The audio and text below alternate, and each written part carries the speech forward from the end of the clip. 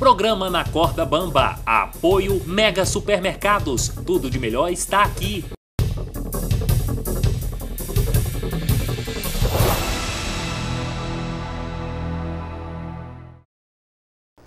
Olá, estamos iniciando mais um programa Na Corda Bamba, aqui pela TV Gerais, Canal 2, a TV da gente, sempre com aquele propósito de tratar aqui neste espaço de temas relevantes de interesse geral da população de Montes Claros e de todo o norte de Minas.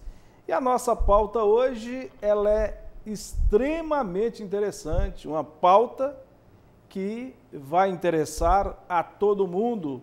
Nós vamos falar sobre a reforma da Previdência Social, esse tema que tem gerado polêmica ao longo dos anos. Uma parte é a favor, a outra contrária, há divergências. Então nós hoje vamos falar sobre a reforma da Previdência. E para tanto recebemos hoje o advogado Matheus Silva, ele que é especialista em direito previdenciário. Tudo bom, Matheus? Bom dia, Hélio. Bom dia, queridos telespectadores. É um prazer estar aqui hoje com vocês para debater esse tema tão importante que é o direito previdenciário e principalmente aí essa polêmica que é essa reforma da Previdência. Para a gente iniciar esse bate-papo, Matheus, como disse na abertura, né, a reforma é um tema polêmico que o governo Jair Bolsonaro pretende levar adiante. O governo Temer, né, iniciou esse debate, teve um projeto no Congresso Nacional, mas houve resistência, né, às divergências, e ele acabou desistindo desse projeto. E agora? Sim. O tema da reforma da Previdência, ele não é um tema novo, né? Então, na verdade, nós já tivemos uma série de reformas da Previdência, principalmente nos últimos 20, 25 anos. Isso acontece principalmente por causa da mudança de perfil da população. Então, nos anos 70, 80, a gente tinha a expectativa de vida do brasileiro, era em torno de 50, 55 anos. Hoje nós já passamos dos 70 anos. Então nós não temos mais uma gama de trabalhadores tão grande como tínhamos antigamente e temos uma quantidade de pessoas que estão então se aposentando muito maior do que tínhamos há 20, 30 anos atrás. E aí justamente esse desequilíbrio aí na pirâmide etária traz essa necessidade então de fazermos alguns ajustes no sistema previdenciário. Agora, a questão é, quais ajustes? Né? Então, temos aí uma série de possibilidades, temos os trabalhadores civis, temos os trabalhadores militares, temos os servidores da União, temos os servidores que estão vinculados ao INSS. Então, a expectativa é que tenhamos uma reforma ampla, mas que venha principalmente para corrigir distorções e privilégios que porventura existem, que é o que justamente mais causa esse desequilíbrio nas contas da Previdência. Hoje, naturalmente, né, você colocou aí, nós temos uma população mais longeva. Sim. Antigamente, num passado não tão distante, falava-se, era recorrente essa colocação, de que iria se aposentar com o pé na cova. Significava que a pessoa, né, iria receber o benefício por um período mais curto. Sim. Assim que se aposentasse, poderia falecer. Sim. A proposta, inclusive, do governo anterior, do governo Temer, seria que a aposentadoria, então, a idade inicial, tanto para homens quanto para mulheres, seria a partir dos 65 anos de idade. Então, uma crítica muito dura que fez a proposta de reforma de Temer foi essa, porque em algumas regiões do país, principalmente no Norte e Nordeste, a expectativa de vida, principalmente dos homens, ela é inferior aos 65 anos. Então, na prática, praticamente não existiria o direito, então, à aposentadoria. Tem essa questão, né, que precisa se levar em conta, é uma questão mais social, a qualidade de vida do Nordeste, né, realmente inferior à do Centro-Oeste, do Sul do país, então deve se levar em conta também essa especificidade do Nordeste, do Norte do nosso país. Sim. podemos dizer que nós temos vários Brasis, né? Sim. Então nós temos aí o Brasil representado principalmente pelo Sul e parte do Sudeste, que é mais desenvolvido. Sim. Nós temos aí as regiões Nordeste e vamos incluir também o Norte de Minas, por que não? Já que estamos também aqui na região do semiárido, que nós temos um desenvolvimento menor, que nós temos uma expectativa de vida melhor. Há um desequilíbrio social. Há um desequilíbrio social. Então, uma reforma da Previdência que seja justa, que efetivamente queira fazer justiça e corrigir essas distorções, eu acredito que tenha que vir nesse sentido de levar em consideração essas peculiaridades regionais.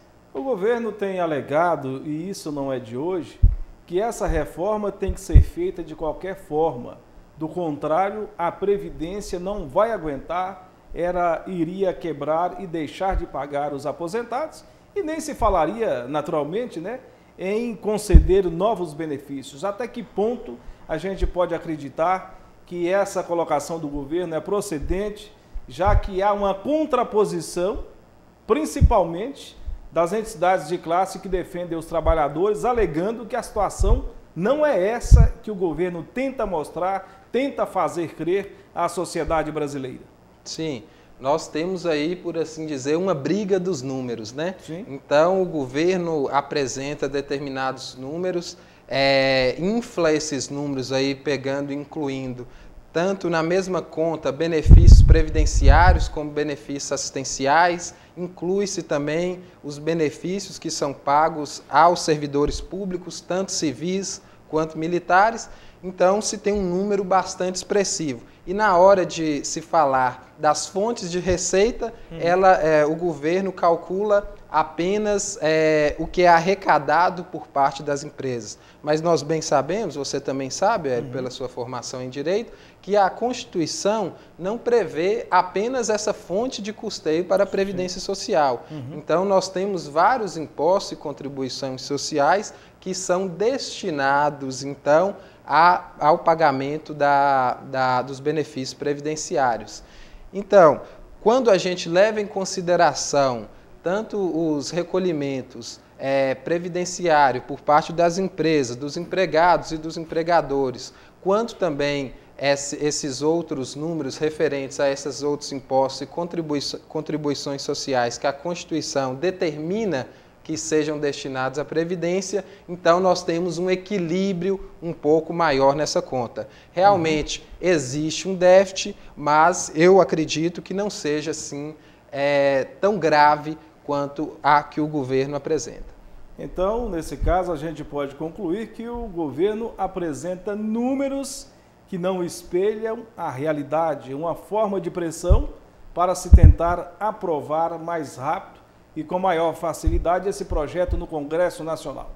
Sim, o objetivo é esse, é levar a um convencimento por parte da população. Uma sensibilização. Uma sensibilização por parte da população para poder, então, conseguir se mobilizar o Congresso Nacional em torno dessa agenda, então, de reforma da Previdência. Mas, como você bem disse, nós temos aí os setores da sociedade civil, as entidades de classe, os sindicatos, que estão aí para mobilizar as suas bases, mobilizar então as suas bancadas no Congresso Nacional, para que a gente tenha também um equilíbrio de forças e tenha uma reforma da Previdência que seja justa. Acredito que ela deva sair e que seja importante que ela saia, a reforma da Previdência, mas uma reforma que seja justa e que não penalize os que recebem menos e mantenha os privilégios.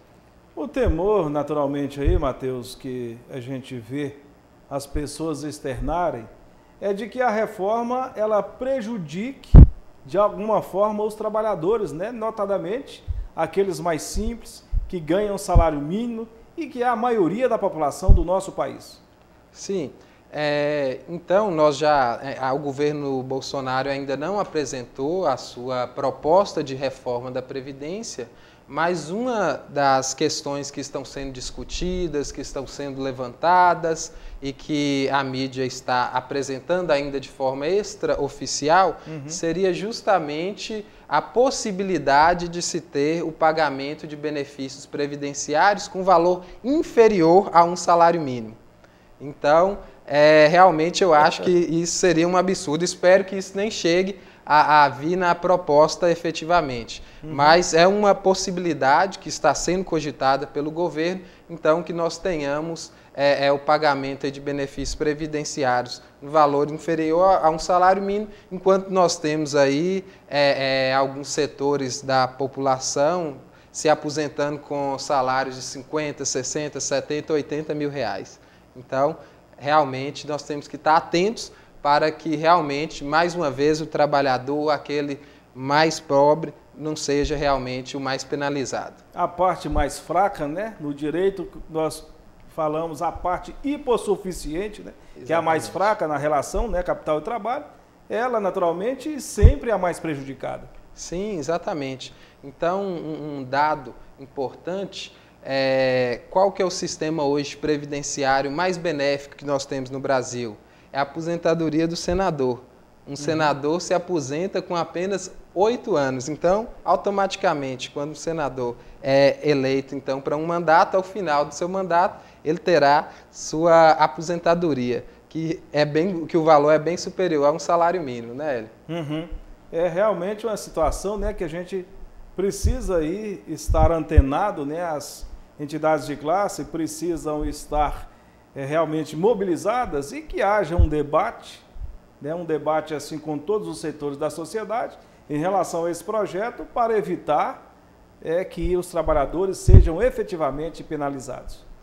Sim, exatamente. Isso é o que a gente espera, né? Que realmente exista diálogo, porque o grande problema da reforma que foi apresentada anteriormente pelo governo Temer foi isso. Não se trouxe, então, a reforma para um debate perante a sociedade, para que a sociedade civil pudesse também se manifestar, pudesse apresentar os seus pontos de vista, as suas demandas. Então, espera-se que o governo Bolsonaro não seja tão autoritário como o governo Temer tentou ser e acabou tendo, inclusive, frustrada a sua tentativa de reforma. Uma questão que nos parece aí complicada, essa que você colocou há pouco, de um dos pontos ser propor pagar menos do salário mínimo. O próprio nome já indica salário mínimo, é o mínimo que se pode pagar. Como é que se propõe pagar menos do mínimo?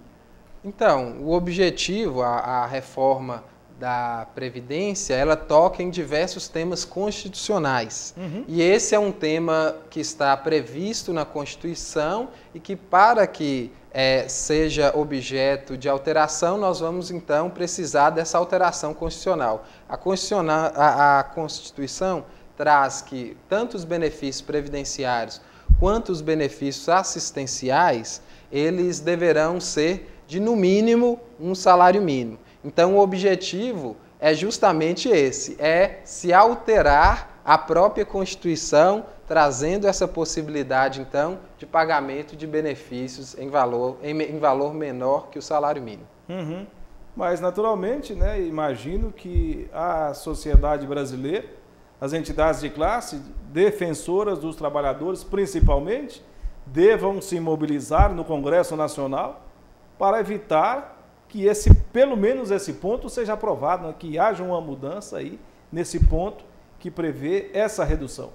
Sim, eu acho que esse seria um dos grandes absurdos de um retrocesso, um retrocesso desnecessário, eu até diria, para a reforma da Previdência. Então, as entidades de classe, a sociedade civil organizada deve mobilizar, e mobilizar principalmente os deputados federais, as suas bancadas, porque é quem, em última análise, então, irá analisar a proposta de reforma da Previdência. Já fica o apelo aqui aos nossos deputados da região também, Hélio, que conhecem como poucos, né, a nossa região, uma região pobre, uma região sofrida e que fatalmente seria muito penalizado aí por uma reforma que viesse a trazer a possibilidade de pagamentos tanto de benefícios previdenciários quanto benefícios assistenciais em valores inferior ao salário mínimo. Até porque, Matheus, isso é aí mais do que claro, o DIEESE aponta sempre que o valor do mínimo hoje seria insuficiente para manter uma pessoa, principalmente para manter uma família, né? Realmente não dá para se viver com o salário mínimo que se paga hoje nesse país, naturalmente, né, ou seguramente um dos menores da América Latina. Sim, sem sombra de dúvidas. Existem algumas pesquisas que indicam que para que o salário mínimo dê conta aí de sustentar uma pessoa e sua família, o valor dele deveria ser em torno de R$4.000. E hoje nós temos um salário mínimo de cerca de R$1.000. Então, o valor realmente já é muito baixo, né? Se a gente trazer aí essa possibilidade de pagamento inferior ao mínimo, realmente a situação vai ficar ainda mais complexa. E um dado também interessante, Hélio, é que os valores hoje que são pagos a título de aposentadoria pelo INSS, eles já são bastante baixos. Os valores estão, em média, em R$1.100. Então, hoje nós temos um salário mínimo em torno de R$1.000 e a média do valor dos benefícios no INSS é de apenas R$1.100. Então, é claro, entre os servidores públicos, aí a gente já tem uma média realmente bem superior a isso. Mas no regime geral, que é a grande maioria dos beneficiários, realmente o valor das aposentadorias ele já é bem reduzido. É uma média muito baixa, né? Muito baixa. Muito mesmo. Há também uma mudança na fórmula, né, Matheus? Que começou a viger a partir do dia 1º, né? Vigeu-se até dia 31 de dezembro a fórmula 8595, agora é 8696, né? Homem e mulher.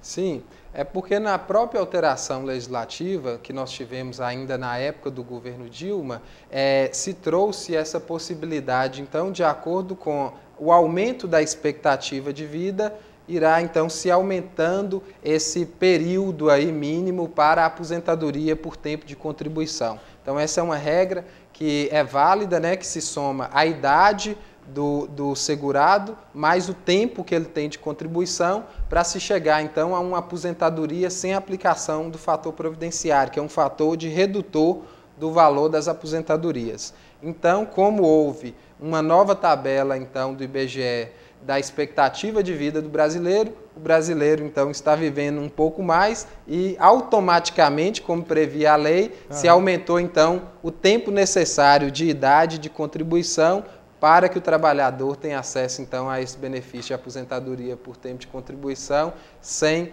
o fator previdenciário. O fator previdenciário acaba sendo um grande problema, né, de muitas pessoas que querem se aposentar, mas quando vão ver lá o desconto, né, que ele vai proporcionar, acaba desistindo. Sim, existe uma tabela, né, para essa redução, que é o fator previdenciário, e nós temos casos aí quando a pessoa se aposenta jovem, em torno de 50, 55 anos, dependendo se homem ou mulher, ela pode ter uma perca de 30, 40, chegando até a mais de 50% no valor do seu benefício devido à aplicação do fator previdenciário. Nesse caso, quem já tinha aí essas condições de se aposentar, ano passado, por exemplo, mas poderia ser pego pelo fator. E agora, com essa mudança, como é que vai ficar? Então, para quem já havia cumprido todos os requisitos para a aposentadoria, aí nós estamos falando da idade do tempo de contribuição, sim, vai se aplicar a regra anterior. Já para quem cumpriu os requisitos a partir então de 1º de janeiro de 2019, então vamos ter que trabalhar esse pouquinho a mais aí para conseguir a aposentadoria sem aplicação do fator previdenciário.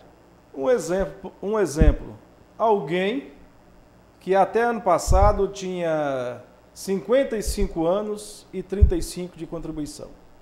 Certo. Não é? Aí nós vamos ter que verificar se se trata de homem ou de mulher. Porque Homem, no caso homem. do homem, então nós temos que atingir os 95 pontos, né? O que seriam esses pontos? Seria a soma do tempo de contribuição com a idade. Então, um homem com 50 anos de idade e 35 de contribuição, ele teria apenas 85 pontos. Ele não teria, então, tempo suficiente para a aposentadoria. Já um homem com 60 anos de idade e 35 de contribuição, ele então teria atingido esses 95 pontos e já faria jus à aposentadoria por tempo de contribuição sem a aplicação do fator previdenciário. Aquele contribuinte, por exemplo, segurado, ele que ano passado, a soma da idade com a contribuição daria 92, 93 pontos. Certo. E aí, como ele fica agora? Agora, como ele não tinha cumprido todos os requisitos, ele vai ter que, na época que ainda vigia a lei dos 95, ele terá que então cumprir os 96 pontos. Isso significa que tem que esperar mais tempo para se aposentar. Exatamente. Aí, no caso, a soma da idade e do tempo de contribuição aumentou em 1 ano. Essa pessoa, se ela quiser se aposentar agora, é claro que ela tem direito, mas o fator previdenciário vai pegá-la e vai reduzir o seu benefício. Exatamente. Então, caso ela possua, se homem, 35 anos de contribuição e se mulher, 30 anos de contribuição, ele efetivamente terá direito ao benefício previdenciário. Todavia, terá aplicação do fator previdenciário, que irá reduzir aí um pouco o valor de sua aposentadoria. O objetivo, na verdade, do fator previdenciário é justamente esse, fazer com que as pessoas, então, retardem a sua aposentadoria para que, então, o governo passe menos tempo pagando o benefício e fique mais tempo recebendo as contribuições previdenciárias. É aquela questão, né? O governo não faz nada que é interessante para ninguém, né? É verdade. Estamos apresentando o programa Na Corda Bamba, aqui pela TV Gerais, Canal 2, a TV da gente. Hoje recebendo o advogado Matheus Silva, especialista em direito previdenciário. Vamos a um breve intervalo. Não saia daí, é rapidinho.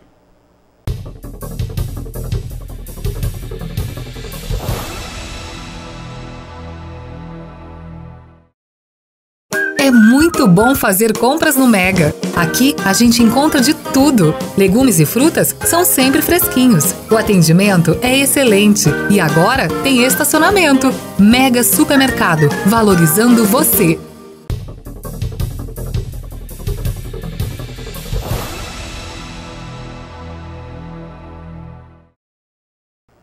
Estamos de volta com o programa Na Corda Bamba, aqui pela TV Gerais, Canal 2, a TV da gente. Hoje recebendo o advogado Matheus Silva, especialista em direito previdenciário. E a nossa pauta, naturalmente, aí, reforma da Previdência, esse tema extremamente relevante que nos interessa a todos. Mas, Matheus, voltando ao nosso bate-papo, com as mudanças do ano passado para cá, houve corrida do segurado à Previdência para se aposentar, temendo maiores prejuízos? Então, sempre que se fala em reforma da Previdência, existe aí um objetivo das pessoas de não serem atingidas por estas regras, né? Por essas novas regras que normalmente são mais duras e que tornam mais difícil a concessão dos benefícios. Então, o que o governo tenta fazer é sempre informar que vão existir regras de transição, que não precisa ter essa corrida aos benefícios previdenciários, mas de qualquer forma causa uma certa insegurança, principalmente naqueles que estão próximo à sua aposentadoria, e o que fatalmente então leva as pessoas então a procurarem o INSS, procurarem os escritórios de advocacia especializados para verificarem se já não conseguem cumprir os requisitos para a aposentadoria e conseguirem o seu benefício previdenciário. E, naturalmente, também, em casos específicos, essa pessoa interessada precisa até recorrer ao judiciário em busca desse direito, né, líquido e certo que ela julga ter e que precisa bater a porta da justiça em busca dele. Sim, nós temos uma série de situações em que o entendimento do Poder Judiciário é bem mais favorável do que o entendimento administrativo do próprio INSS. Então, nesses casos em que ocorre essa divergência, né, de interpretação entre o INSS e a Justiça, normalmente é o ponto em que as pessoas, então, têm que buscar o Judiciário para ver, então, seus direitos satisfeitos. Um outro ponto também que é muito comum das pessoas terem que procurar a Justiça são os benefícios por incapacidade. As perícias do INSS são perícias muito rigorosas e que muitas vezes as pessoas, mesmo com a alta por parte então do INSS, essas pessoas então ainda se julgam incapacitadas e recorrem à Justiça então para ver então esse direito de percepção do benefício, seja de auxílio-doença, aposentadoria por invalidez ou os benefícios assistenciais aí por deficiência efetivamente garantidos. Uhum. E essa questão de perícia, Matheus, é recorrente, não é de hoje que a gente ouve falar que as pessoas reclamam dos peritos do INSS que são extremamente rigorosos. Se dependessem deles, naturalmente, né, poucas pessoas estariam aposentadas hoje. Então, Hélio, nós temos um dado interessante que é do TRF4, o Tribunal Regional Federal da 4ª Região, que nós tivemos já um pente fino dos auxílios doenças durante o governo Temer. Foram realizados mais de 800, 1 milhão de perícias nesse período. E dos auxílios doenças, nós tivemos cerca de 80% dos auxílios doenças que foram revisados nesse pente fino do governo Temer, eles foram suspensos, foram cancelados. Mas, como eu disse, segundo o levantamento do TRF4, Tribunal Regional Federal da 4ª Região, dos segurados que entraram no judiciário, mais de 50% conseguiram reverter essa decisão do INSS e voltaram a receber os seus benefícios. Então, a gente vê que existe uma incongruência entre a análise que é feita administrativamente pelo INSS, através de seus peritos, e a análise que é feita, então, pelo Poder Judiciário. Fala-se, inclusive, que os peritos eles são treinados para negar o benefício, né? Em Montes Claros, essa reclamação é recorrente. Então, a perícia do INSS ela é uma perícia extremamente técnica, em que muitas vezes, para determinados tipos de doença, nós já temos prazos previamente estabelecidos em que o segurado vai ficar afastado. Só que nós sabemos que os seres humanos não são máquinas, né? Então, a gente, às vezes, não tem como fazer uma conta matemática para se saber o período em que uma pessoa efetivamente vai ficar incapacitada em decorrência de uma determinada doença. Então, ocorre muitas vezes desse período se esgotar, essa pessoa receber a alta, ainda se julgando incapacitada. E aí é justamente o momento em que essas pessoas têm que recorrer ao Poder Judiciário e a gente tem aí o INSS hoje como o maior litigante do país. Então não existe nenhuma empresa, nenhuma instituição que possua tantos processos na Justiça em seu desfavor quanto o INSS, isso se falando em Justiça Federal. Até porque a questão orgânica, né, é algo assim totalmente diferente, né? O organismo de um não funciona da mesma forma do organismo do outro. Há aí uma divergência em relação ao funcionamento. Sim, então não podemos perder de vista que estamos tratando de ser humano, né, Hélio? Sim. Com suas peculiaridades, e isso eu acredito que deva ser observado no momento, então, de realização dessas perícias, justamente para que se evite a injustiça com o cidadão, que muitas vezes contribuiu por anos e que depois vê o seu direito ali negado no momento em que ele está mais precisando. E também isso lá na frente vai causar até um prejuízo ainda maior para a própria administração, porque vai ter que pagar então esses valores com juros, com correção, além da movimentação de toda a máquina pública em decorrência desses processos judiciais que se avolumam cada vez mais perante a Justiça Federal. Matheus, medida provisória 871/19, qual a principal alteração na Previdência com essa medida? Então, essa MP aí, medida provisória, né, 871, alguns especialistas do direito previdenciário estão tratando até mesmo como uma micro-reforma da Previdência, porque realmente foram muitas alterações que ela trouxe para o direito previdenciário e podemos citar talvez como o principal motivo, ou como o principal motivo que foi apresentado pelo governo, foi então se estabelecer um grupo de trabalho para a revisão de processos que tenham indícios de irregularidade. Então, o objetivo principal é justamente isso, revisar uma gama de benefícios aí, e a previsão do governo é que até o final do ano, então, eles suspendam 16% dos benefícios previdenciários, né, gerando uma economia aí da casa dos bilhões de reais para o governo. E a gente vê falar sempre que realmente há irregularidades, há fraudes, né? A Polícia Federal faz operações aí recorrentes para combater esse tipo de delito, com prisões de pessoas envolvidas, até servidores da própria Previdência, né?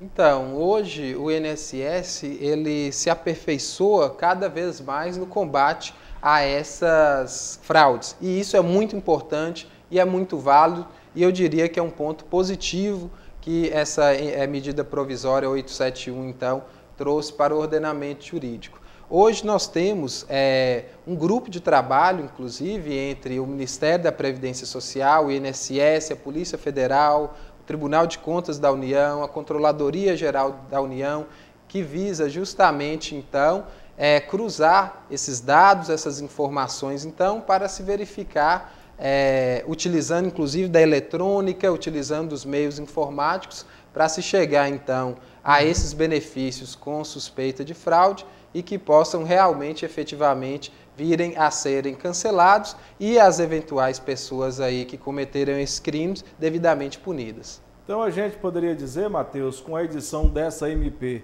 o governo de alguma forma já estaria antecipando essa reforma da Previdência Social? Sim, porque nós tivemos alteração para concessão em diversos benefícios. Então, tivemos alterações para tornar mais rigorosa a concessão da pensão por morte, do salário maternidade, do auxílio reclusão. Então, realmente foram muitas alterações que trouxeram, inclusive, novos requisitos para a concessão dos benefícios previdenciários. Então, a economia que está sendo prevista aí pelo governo também já prevê a concessão de menos benefícios já decorrentes dessas alterações que nós tivemos agora no início do ano. Embora o alardeado que a MP seria para coibir fraudes, mas embutido na própria MP nós já tivemos aí essas alterações em diversos benefícios. Então a gente vê, fica clara a preocupação do governo em economizar, em gastar menos recursos com essas questões aí da Previdência Social, com esses benefícios. Exatamente. Então, isso o governo não esconde, né? Um dos objetivos da reforma, se não o principal objetivo da reforma da Previdência, é justamente, então, diminuir o déficit da Previdência, diminuir os gastos com os benefícios previdenciários. E como se diminui esses gastos? Além de combater as fraudes, é justamente se concedendo menos benefícios. Mas é um negócio complicado, né? O segurado contribui a vida toda, faz uma poupança para resgatar depois e tem toda essa dificuldade, né? O que se vê é sempre o governo procurar dificultar mais a concessão desses benefícios. Verdade. Então, nós temos uma diminuição, né, desses direitos sociais que às vezes foram conseguidos tão duramente pela população devido a essas alterações legislativas. Então, infelizmente, esse aí é o ponto principal e é o que será a temática que nós veremos aí nos próximos meses com a apresentação da reforma em si. Mas já tivemos uma pequena pílula, por assim dizer, com essa MP 871. E, naturalmente, essa MP está repercutindo em todo o país. Exatamente. Então, a gente realmente vê manifestações de toda a ordem, né? Exatamente. As entidades de classe, sindicatos, a própria sociedade civil organizada já começa a se mobilizar com o objetivo de, então, tentar coibir essas alterações que possam, porventura, ser muito prejudiciais à população. Essas regras previstas na medida provisória já estão valendo? Sim, exatamente. A medida provisória, a partir do momento que ela é editada pelo Poder Executivo, ela já tem força de lei. Então, ela ainda será passada pelo Congresso Nacional, pela Câmara dos Deputados, pelo Senado Federal, poderá sofrer alguma alteração, mas a partir do momento da sua edição, ela então já está valendo e essas alterações então já fazem parte do ordenamento jurídico brasileiro. Essa revisão, Matheus, será apenas nos benefícios por incapacidade ou também abrangerá outros tipos de benefícios? Então, nós teremos aí um aprofundamento da revisão por parte dos benefícios tanto de auxílio-doença quanto aposentadoria por invalidez, que já se iniciou lá atrás no governo Temer, mas também os outros tipos de benefício agora, eles também serão objeto de revisão. Então, tanto a aposentadoria por idade urbana quanto a rural, aposentadoria por tempo de contribuição, pensão por morte, todos esses benefícios, então, eles sofrerão revisão por parte do INSS.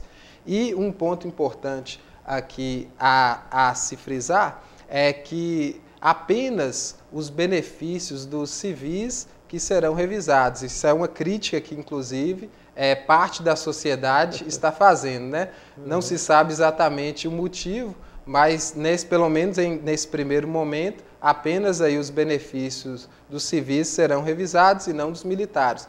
O questionamento que se faz não se tem fraude também nos benefícios que são pagos aos militares e aos seus dependentes?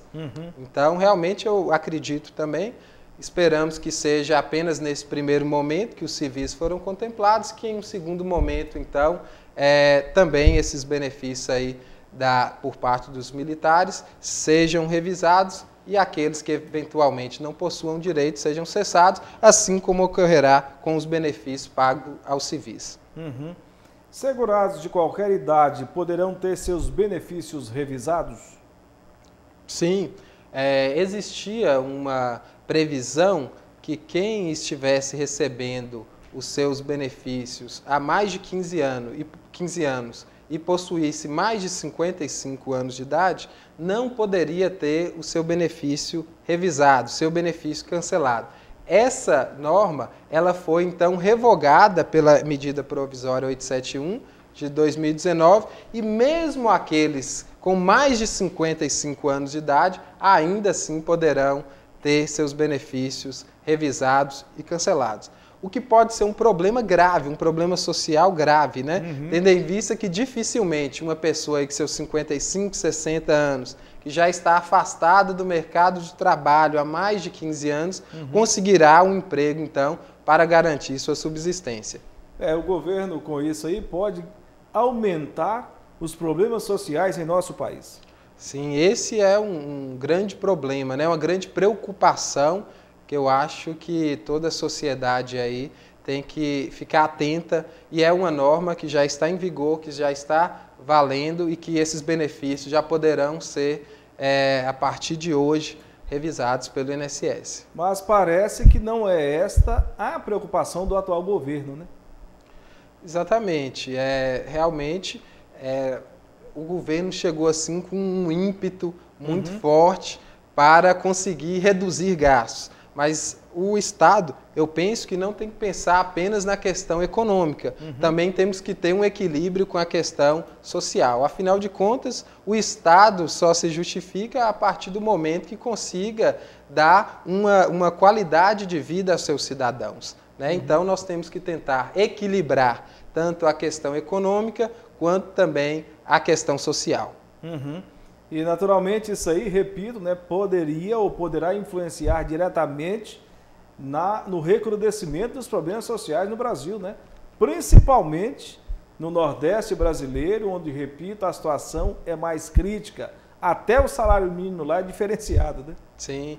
Então, o que nós observamos é que em diversos municípios, inclusive do norte de Minas, os pagamentos que são feitos pela Previdência é a principal fonte de renda daquele município. Então, a partir do momento em que eu diminuo a quantidade desses benefícios previdenciários, eu estou causando também um problema social. E isso vai desaguar, né, diminui na Previdência, mas vai desaguar aí com outros gastos sociais, da área do sistema público de saúde, devido a essas pessoas então terem acesso menor à própria questão alimentar. Reflete, inclusive, né, e imagino isso seja o senso comum, na segurança pública.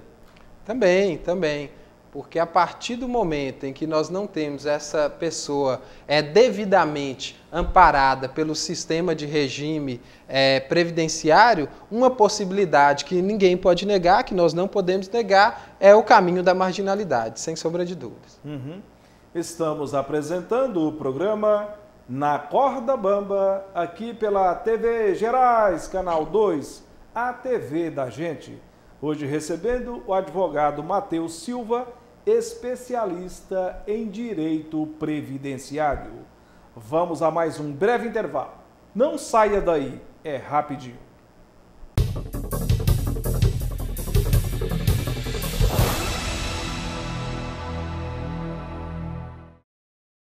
É muito bom fazer compras no Mega. Aqui a gente encontra de tudo. Legumes e frutas são sempre fresquinhos. O atendimento é excelente. E agora tem estacionamento.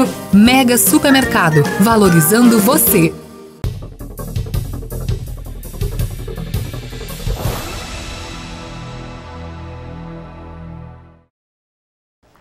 Estamos de volta com o programa Na Corda Bamba, aqui pela TV Gerais, Canal 2, a TV da gente. Hoje recebendo o advogado Matheus Silva, especialista em direito previdenciário. Matheus, dando sequência aqui ao nosso bate-papo, o governo tem estrutura de pessoal e administrativa para fazer a revisão de todos esses benefícios? Há uma previsão de tempo para que esse trabalho seja concluído? Sim. A medida provisória 871 trouxe aí que esses benefícios deverão ser revisados até o final de 2020. Então, temos aí um período de cerca de 2 anos para a realização dessa revisão. E uma estratégia que o governo já tinha utilizado anteriormente, na época do governo Temer, que agora essa medida provisória também trouxe, é o pagamento de um bônus aos servidores por cada processo, então, que seja revisado, que tenha indício de irregularidade. Então, o servidor, além de sua remuneração normal, receberá um bônus de cerca de R$ 60 por cada processo administrativo ou perícia realizada. Então, a gente teve um grande número aí de aumento dessa produtividade, no caso das perícias, que o governo agora acredita também que vá em relação aos demais processos previdenciários, né, de aposentadorias, pensões, benefícios assistenciais, que então ele terá esse aumento, esse ganho de produtividade com o pagamento aí desse bônus ao servidor e justamente conseguirá, neste prazo aí de até 2 anos, então, conseguir revisar todos esses benefícios. É o estímulo, na verdade, ao servidor, né, para se empenhar, para trabalhar mais. Sim, exatamente. Então, a administração pública, como as próprias empresas privadas, hoje elas devem buscar, então, meios de aumentar a sua produtividade, né? E uma forma, então, como o governo trouxe nessa medida provisória, é justamente aí uma bonificação, uma premiação para os servidores para que se faça estas revisões. O que se espera é que os servidores ajam com a cautela devida, sim, com o bom senso, o equilíbrio justamente para que nós não tenhamos aí cidadãos de bem que trabalharam durante muito tempo para ter acesso aos seus benefícios e agora os tem aí negado. Mesmo aí com essa revisão, quem se julgar prejudicado, naturalmente, pode recorrer ao judiciário. Sim, a própria Constituição traz essa possibilidade, né?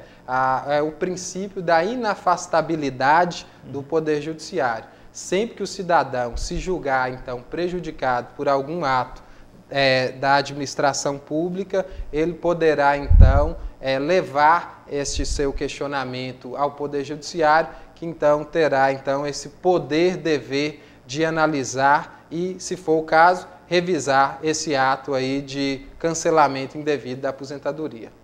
Matheus, como o INSS vai selecionar esses benefícios com indícios de irregularidades para revisá-los?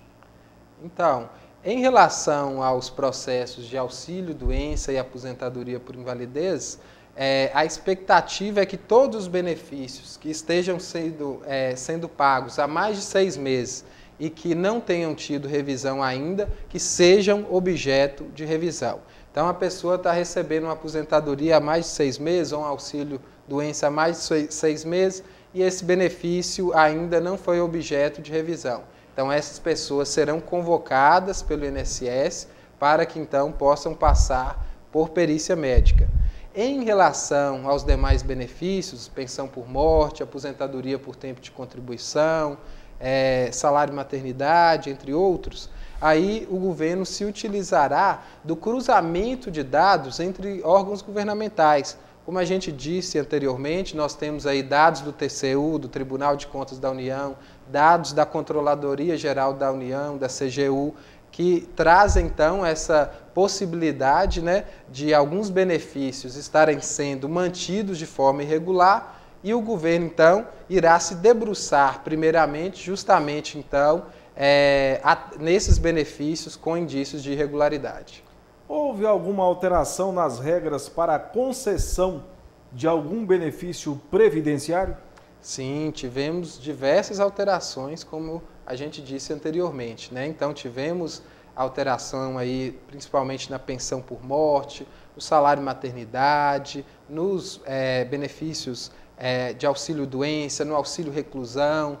Então, realmente, é uma mini-reforma ou uma micro-reforma do sistema previdenciário, pelo menos aí da parte geral de previdência social. Então, vamos pontuar alguns, por exemplo, a pensão por morte. Como funciona? Quem tem direito? Então, a pensão por morte, ele é um benefício que é devido aos dependentes do segurado que vier a falecer. Então, a pessoa que é segurada do INSS, que contribui com o INSS, quando ela vem a falecer, os seus dependentes, que é a esposa, o filho menor de 21 anos, em algumas situações os próprios pais ou irmãos também podem ser considerados dependentes do segurado. Então, esse segurado, vindo a falecer, os seus dependentes terão, então, direito a este benefício da pensão por morte, que visa justamente substituir a renda daquela determinada pessoa, então, que veio a óbito, para que os seus dependentes não fiquem desamparados. E, naturalmente, houve alteração, né, nessa questão, nesse benefício, pensão por morte. Sim, tivemos algumas alterações relevantes aí na pensão por morte. O que, por exemplo? O que podemos citar aí é a questão da união estável para a companheira. Então, na norma anterior, para se provar essa relação aí de companheirismo, a lei não exigia prova documental. A MP trouxe essa alteração para que a companheira tenha direito ao benefício. Para provar sua condição de companheira, ela terá então que ter alguns documentos, algumas provas da época em que o segurado era vivo, que prove então esta união. E aí só assim então ela terá direito ao benefício de pensão por morte. Que tipo de prova se terá que produzir? Então, as provas são as mais diversas documentais? Possíveis. não se permite agora apenas a prova testemunhal, nós precisamos de provas documentais. A alteração é justamente nesse sentido. Podemos citar como provas documentais aí a existência de filhos em comum, a dependência em planos de saúde, contas correntes conjuntas. Então, a lei não traz uma determinada prova específica, apenas a exigência que a prova seja documental, um documento, e não apenas a testemunha, e que seja da época em que o segurado ainda estava vivo. O que se quer são provas mais concretas, mais robustas? Exatamente. O objetivo, segundo o governo, seria se evitar fraudes, já que em relação às testemunhas seria mais fácil de se produzir aí essas provas falsamente. Mas, infelizmente, a gente sabe que em algumas situações em que a pessoa não teve, então, o cuidado de colecionar essas provas durante o período da união estável, algumas pessoas, então, fatalmente, não terão direito, então, à pensão por morte pela ausência dessas provas. É o governo procurando sempre dificultar as coisas, né? Infelizmente, aí nesse caso o cidadão não tenha, né, esse cuidado de ter essa documentação da época que ainda o segurado estava vivo, não terá direito. Aí já fica a dica para os nossos telespectadores, né? Neste caso aí, principalmente nos casos de união estável, em que não exista essa prova, então, do casamento civil, que caso a pessoa, então, não venha se casar, que ela, pelo menos, então, tenha esse cuidado de manter aí algum tipo de prova documental dessa união. Temos hoje aí os contratos de união estável que podem ser elaborados perante o cartório, que servem também como meio de prova. Salário maternidade. O salário maternidade, a gente teve uma alteração que realmente ela foi bem drástica. Antes a gente tinha aí o prazo de 5 anos para que a mãe, então, pedisse esse benefício de salário maternidade perante o INSS. E esse prazo de 5 anos, ele foi reduzido para apenas 180 dias, para 6 meses. Então, caso essa mãe não peça nesse prazo de 180 dias o seu salário maternidade, ela ficará sem este benefício. Eu, particularmente, acredito que esta norma ela vai ser objeto de questionamento por parte aí dos cidadãos perante o Poder Judiciário e caberá a palavra final ao Poder Judiciário se essa norma é constitucional ou não, ou se ela até mesmo se adequa aos tratados internacionais que o Brasil é consignatário. Matheus, para a gente fechar, nosso tempo já está praticamente esgotado. Auxílio reclusão, né? É uma questão polêmica, como funciona e quais as alterações que sofreu, sinteticamente, para a gente fechar. Então, o auxílio reclusão é um benefício aí, como você bem disse, bastante polêmico. Temos muitas correntes nas redes sociais, o WhatsApp, que trazem, às vezes, desinformações a respeito do auxílio reclusão. Acho que, trazendo até um esclarecimento aqui para os seus telespectadores, um ponto inicial é que apenas possui direito ao auxílio reclusão os dependentes daquele preso que seja trabalhador, que seja segurado da Previdência Social. Então, caso essa pessoa seja um marginal e tenha vivido uma vida marginal e nunca tenha trabalhado e contribuído para a Previdência, os seus dependentes não possuirão direito ao auxílio reclusão. Então, isso aí já tira a maior parte, então, da população que teria direito ao auxílio reclusão. Outro ponto também que eu acho que vale a pena a gente frisar é que o benefício não é para o preso, e sim para os seus dependentes. Então, para o seu filho, para a sua esposa, e não para aquele presidiário que se encontra recluso. E falando aí de uma alteração importante, para a gente poder finalizar aqui, esse benefício ele não previa carência, ou seja, mesmo que a pessoa tivesse contribuído apenas durante 1, 2 ou 3 meses para o INSS, então já possuiria direito ao benefício. Essa medida provisória, a 871, trouxe aí o período de carência de 24 meses para a concessão do auxílio reclusão. Ou seja, este preso deverá então estar contribuindo durante pelo menos 24 meses ou 2 anos para que seus dependentes então tenham direito, tenham acesso ao auxílio reclusão. Tá aí, muito obrigado ao advogado Matheus Silva, que participou aqui hoje do nosso programa Na Corda Bamba, com informações extremamente importantes à população de Montes Claros sobre a reforma da Previdência Social. Para a gente fechar, Gárito, a nossa sessão de abraços que não pode faltar, queremos abraçar o juiz de direito Richardson Xavier Brant, aí ó, ligado em nosso programa, o empresário Tony Santos, Hermes Cabeleireiro, Vanderlei Abreu, Zezé da Fuscampos, Damião Leão e o mestre Elton Tibas. Um grande abraço aí, Elton Tibas, né, que foi meu colega de exército lá no 55 Batalhão de Infantaria. A todos, muito obrigado e até a próxima semana, se Deus assim o permitir. Até lá. Programa Na Corda Bamba. Apoio Mega Supermercados. Tudo de melhor está aqui.